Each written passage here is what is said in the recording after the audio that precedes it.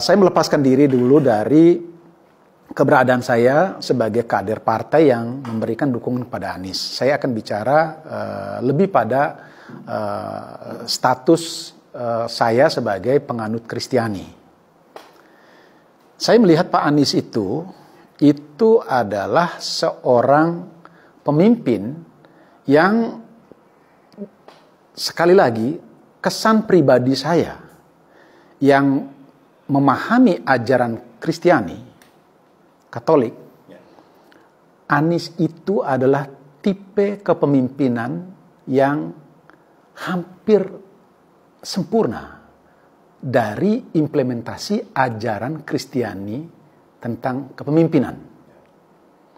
Kepemimpinan yang penuh kasih, kepemimpinan yang mengayomi, kepemimpinan yang menciptakan keteduhan, kepemimpinan yang mementingkan keharmonisan, kepemimpinan yang memiliki keberanian untuk mengambil keputusan, dan beberapa persyaratan lain yang dikehendaki kepemimpinan dalam ajaran Kristiani. Itu yang saya lihat. Kepemimpinan yang kalau ditampar pipi kiri, itu tak ada pipi kanan. Kepemimpinan yang ketika dilempar dengan batu, dia balas dengan kapas. Itu yang terjadi pada Pak Anies. Bertubi-tubi dilempari batu. Pernahkah seorang Anies Baswedan itu membalas dengan batu? Saya mungkin luput dari penglihatan atau pengamatan saya. Tapi sejauh yang saya amati, itu belum pernah. Ditampar terus-menerus. Apakah Anies pernah membalas tamparan itu? Bahkan di tadanya pipi yang lain.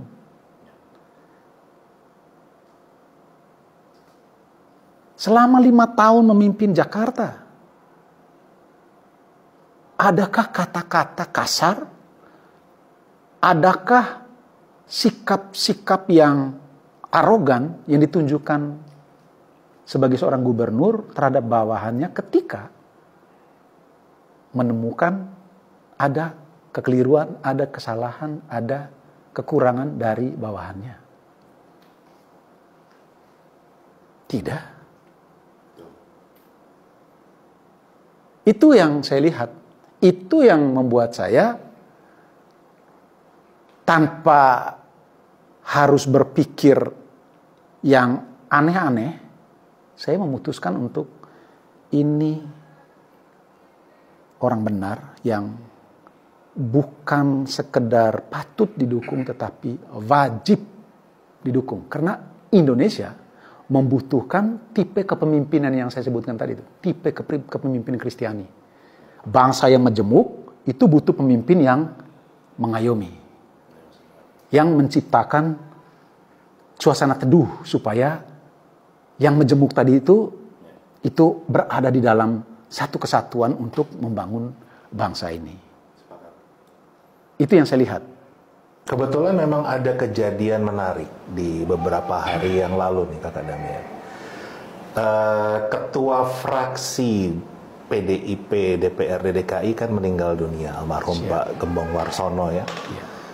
Dan kalau dilihat dari posisi politik kan dari 5 tahun yang lalu selalu berseberangan kan. Istilahnya bisa dianggap ini adalah lawan politik.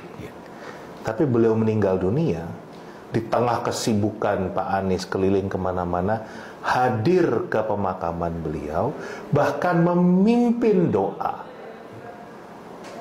Jadi beliau nggak pernah melihat orang lain itu sebagai musuh.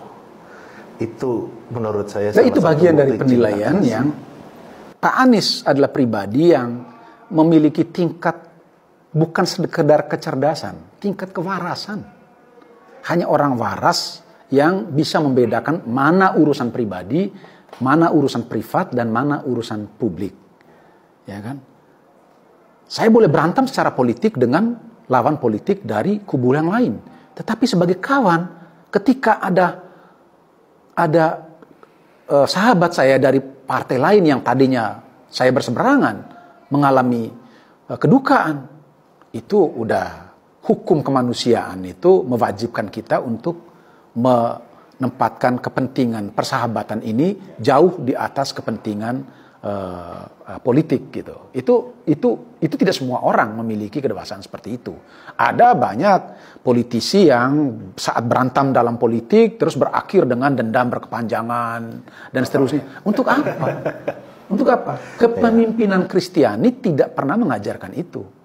Kalau sampai ada ya orang-orang Kristiani yang memiliki sifat bertentangan dengan kepemimpinan Kristiani, maka kekristenannya itu patut dipertanyakan, patut dipersoalkan. Lalu apa kepentingannya kita dengan Anies? Kita tidak berkepentingan dengan Anies pribadi, kita berkepentingan untuk menghadirkan pemimpin yang bisa merangkul semua orang untuk membangun bangsa dan negara ini. Karena ajaran Kristiani mengajarkan kita untuk memberikan cinta yang sebesar-besarnya bagi kemajuan bangsa dan negara ini. Dan pilihan kita terhadap Anies itu adalah dalam rangka itu.